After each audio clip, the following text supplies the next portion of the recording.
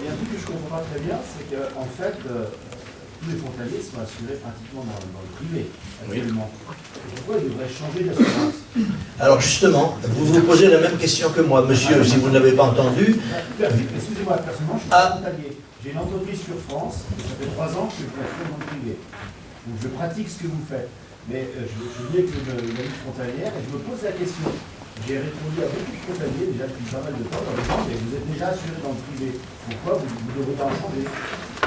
Alors c'est très exactement ce que j'ai dit dès le début. Monsieur, pour ceux qui ne l'auraient pas bien entendu, s'étonne qu'il faille changer d'assurance puisque les frontaliers sont déjà assurés dans le privé.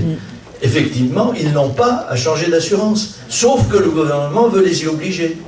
Et il veut les y obliger en obligeant les compagnies d'assurance à résilier les contrats. C'est ça le fond du problème.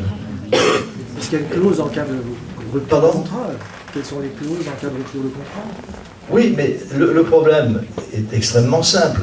Je vous ai dit en commençant qu'il n'y a pas en réalité sur le plan juridique de changement de quelque nature que ce soit.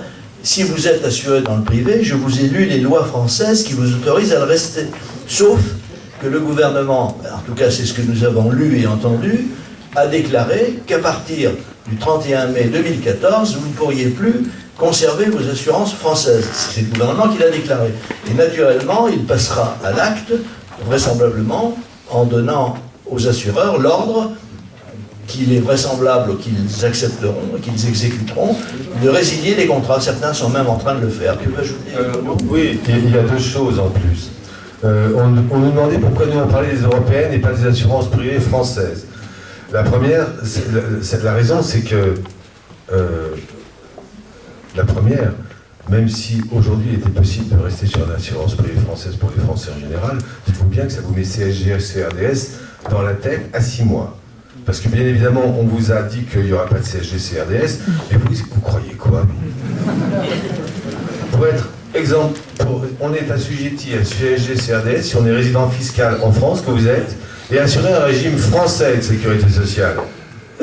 Donc à partir du moment où vous réintégrez le régime français de sécurité sociale, vous êtes mort. Et si vous osez rouspéter, on vous dira que vous n'êtes pas solidaire. Et vous l'aurez dans l'os.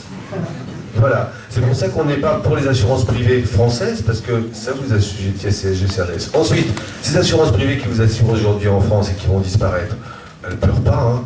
Vous inquiétez pas. Je vous rappelle qu'ils sont en train de donner à la mutualité l'intégralité de l'assurance maladie en France. Et puis après, vous inquiétez pas non plus, ils vous proposeront des bonnes complémentaires.